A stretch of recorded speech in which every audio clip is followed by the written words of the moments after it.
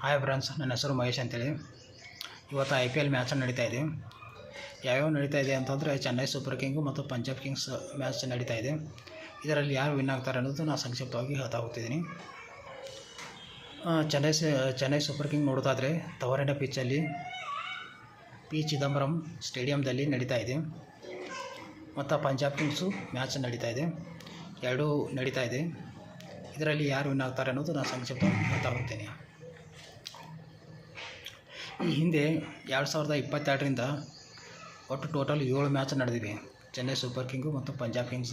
ಇದರಲ್ಲಿ ಹೆಚ್ಚು ಗೆದ್ದಿದ್ದು ಪಂಜಾಬ್ ಕಿಂಗ್ಸ್.